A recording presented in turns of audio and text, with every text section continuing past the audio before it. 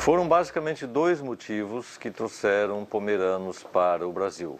O primeiro motivo foi a situação na própria Europa, própria Alemanha, gente sobrando no interior, gente sobrando como mão de obra na agricultura. Os pomeranos eram diaristas agregados em grandes latifúndios. De modo geral, eram bastante pobres em termos econômicos. Tinham também aqueles que trabalhavam nas fábricas, na cidade, e de um modo geral também eram pessoas que recebiam um salário muito baixo, né? Muitas famílias eram obrigadas a colocar os próprios filhos para trabalhar. E como não havia perspectiva de vida para eles, logo iniciou cedo a pergunta: onde é que nós podemos ir, onde é que nós podemos sobreviver? E nesse meio tempo inicia também por parte do governo imperial, do governo brasileiro, uma campanha de trazer mão de obra da Europa para cá. Juntaram-se então essas duas questões e isso então levou os pomeranos a virem. Os pomeranos viajavam os primeiros pomeranos viajaram em veleiros, né, em navios à vela. E na época, o modelo de navio à vela era como este aqui, chamado de galera.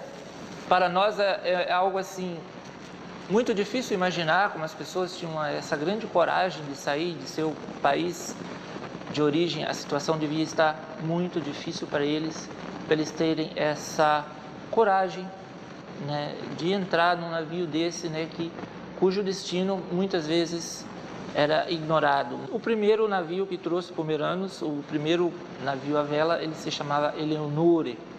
Depois nós tivemos outros navios, que é o Dr. Barth, que é esse navio aqui, exatamente, ele se chamava Dr. Barth.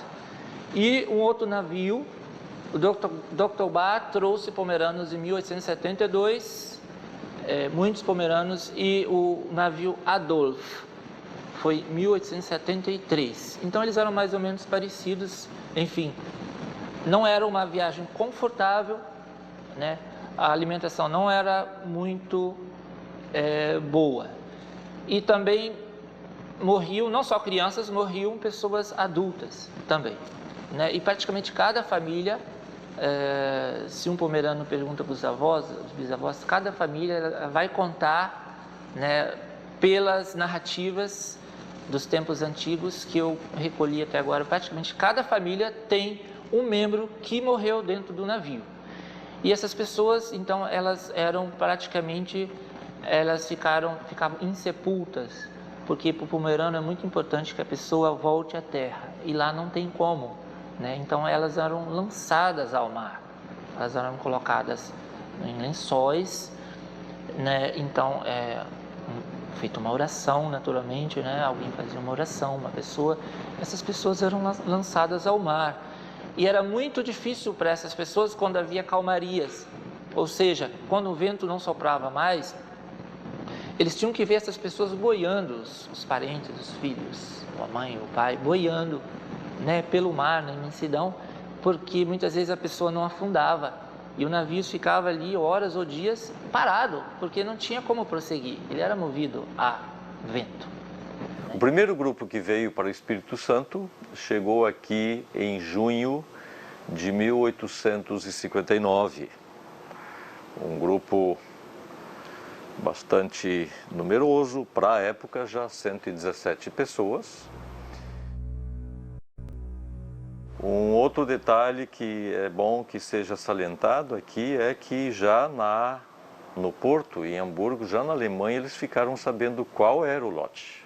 Só não sabiam imaginar onde é que ficava essa província do Espírito Santo.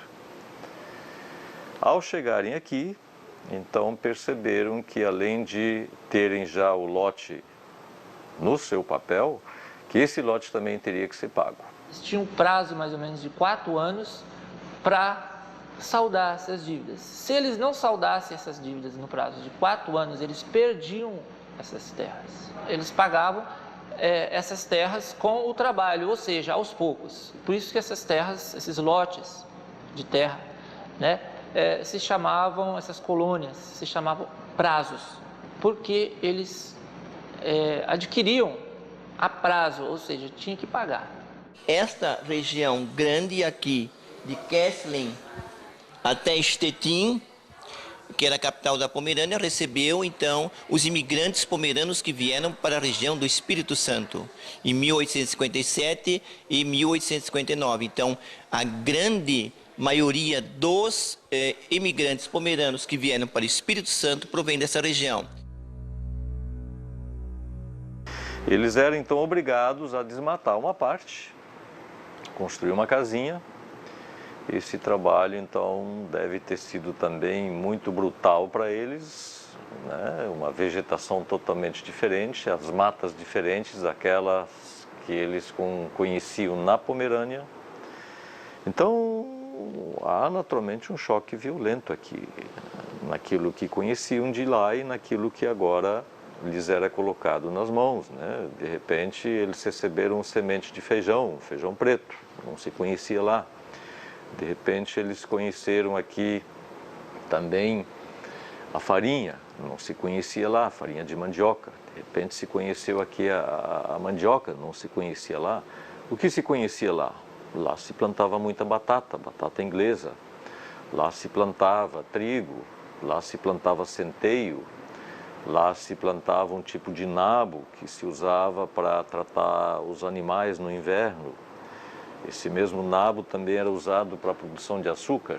Então aqui o açúcar, de repente, ele é feito de uma outra planta, a cana de açúcar, totalmente diferente para eles naquilo que conheciam de lá.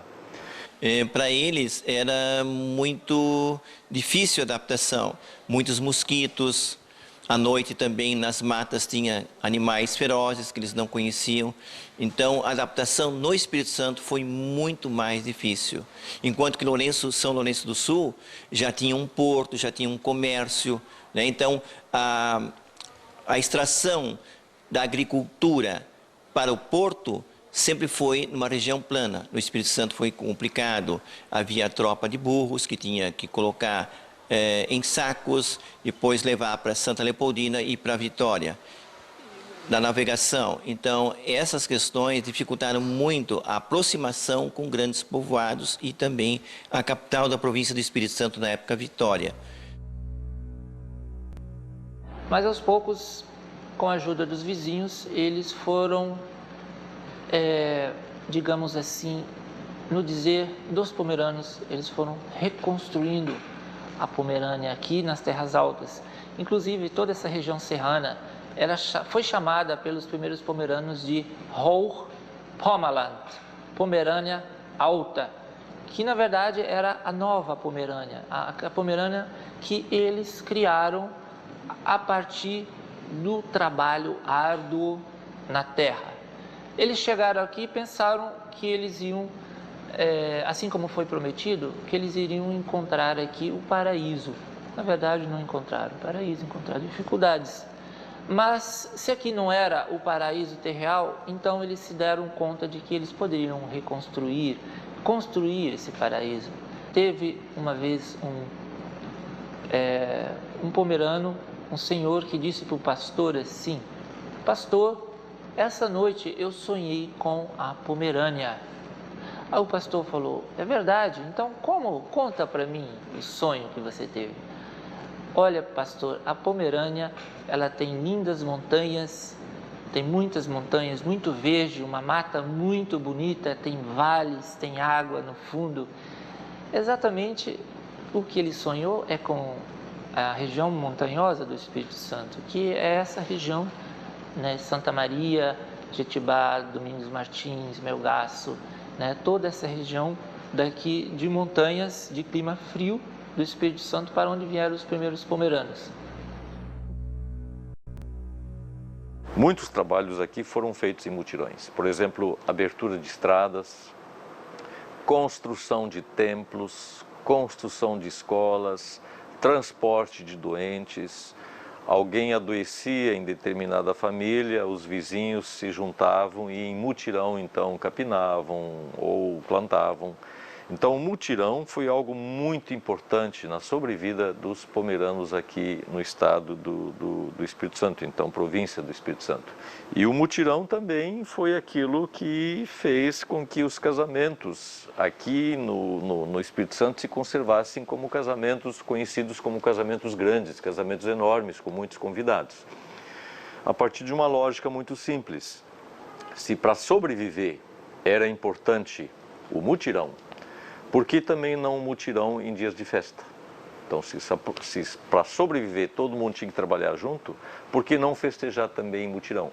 Daí se explica esses casamentos enormes, que pessoas que não são da cultura pomerana estranham. E dizem, mas como? Não tem dinheiro e estão fazendo essa festança toda? Explica-se isso a partir dessa ideia do mutirão. Culturalmente, uma ligação muito forte com a terra. Isso vem lá desde os princípios, desde a época em que eles tomam posse daquele naco de terra que depois se passou a chamar Pomerânia.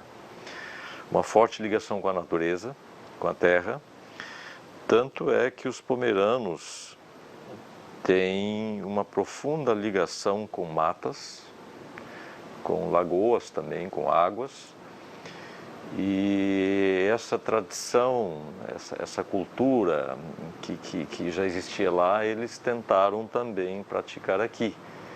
Tanto é que ainda hoje a gente conhece terras que são de legítimos pomeranos. Toda a propriedade costuma ter um pedacinho de mata ainda, bem conservado, e onde é possível também tem uma pequena lagoa, onde então se cria peixes e esses peixes então são comidos geralmente na época da Paixão, Sexta-feira Santa. Mas essa ligação com a terra é uma coisa bem própria dos pomeranos. Eu penso que isso também foi aquele elemento que os fez vencer e sobreviver aqui. Né? Se eu tenho amor pela terra, eu automaticamente também tenho amor por aquilo que se planta. Então eles logo cedo começaram a assumir o que se plantava aqui. Assumiram com muito carinho o trato do café, assumiram com muito carinho o trato da abóbora, se bem que a abóbora se conhecia de lá. Assumiram com muito carinho aqui o trato do milho. Né? Então, se eu tenho ligação com a terra e a terra produz isso, eu automaticamente também vou ter amor por aquilo que eu planto. Eu digo mais uma vez, isso tudo fez com que esse pessoal sobrevivesse. Nessas enormes dificuldades aqui vividas e enfrentadas no início da imigração.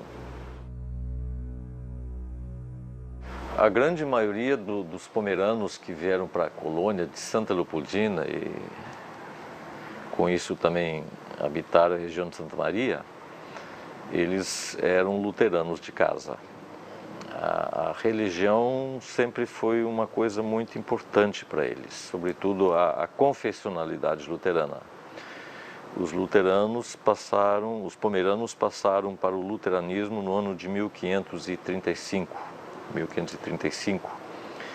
Todos eles que vieram para cá, vieram da Pomerânia Oriental. E a Pomerânia Oriental, ela passou em 1800 e pouco por um processo de um movimento de avivamento religioso. Tanto é que a religião para eles se tornou algo muito importante. Eles trouxeram na sua bagagem, praticamente todos eles trouxeram a Bíblia, o Inário e o Catecismo Menor de Martim Lutero. E aqui chegados, eles nos primeiros tempos não tiveram atendimento. Né? O primeiro grupo chega em 1859 e recebem atendimento católico num primeiro momento. Lógico, eles se negam a receber esse atendimento e são favorecidos nisso pela situação geográfica dessa colônia. Eles são jogados bem para o interior e vivem então um total isolamento. Então isso contribui para que então eles não sejam assediados pelos católicos. Essa grande abertura, vamos dizer, foi muito a partir da Segunda Guerra Mundial, com a entrada das escolas de língua portuguesa, né? Hoje em dia nós temos pomeranos em todas as profissões, não só, a grande maioria na verdade é camponesa, né? Mas nós temos pomeranos em todos os setores, né? Profissionais, temos pomeranos médicos, professores, advogados, engenheiros, toda sorte de profissão que a gente pode encontrar entre os pomeranos. E é muito importante que todas essas pessoas, dentro da sua área, colaborem com algum tipo de conhecimento, né, para sempre divulgar essa cultura e essa língua complexa, né, como qualquer outra língua que nós encontramos no mundo. O povo pomerano sempre foi muito dedicado à musicalidade. Ele tinha a música como o sangue que corria nas suas veias. Então, disso, muitas famílias tiveram uma presença marcante dentro da comunidade luterana na Pomerânia. Por exemplo, os grave tocavam violino, as moças tinham canto coral na comunidade. Havia uma cidade na Pomerânia chamada Drizzen, no sul da Pomerânia, que havia uma escola de música para as pessoas que gostariam de, além de cantar, aprender sobre notas musicais. Nós temos que lembrar um pouco da história do coro de trombones de Santa Maria de Jetibá, que para mim, pessoalmente, é um orgulho quando eu digo às comunidades luteranas em todo o país, que esse coro de trombones de Santa Maria festejou há 2 anos atrás 80 anos de existência. Juntamente com o coro de trombone de Rio das Pedras, é um dos mais velhos coros de trombone do Brasil. Hoje, Santa Maria vive uma alegria muito grande, porque esses coros de trombones, eles estão se renovando e trazendo a presença muito importante dos jovens. Então a música sempre esteve na vida presente, não só na vida religiosa, mas também nas grandes festividades. Quais são elas? As festas populares e principalmente nos casamentos pomeranos, onde a concertina foi um fator muito importante. Mais tarde eles trouxeram esse instrumento para o Brasil, para, quem sabe, amenizar um pouco as suas saudades da terra-mãe, que ficou tão longe que eles não puderam nunca mais ver, e também abrilhantar os seus encontros familiares, seus bailes nos grandes salões das casas enormes e também nos dias de casamento. Então a música sempre esteve presente, desde a igreja até na casa do pomerano.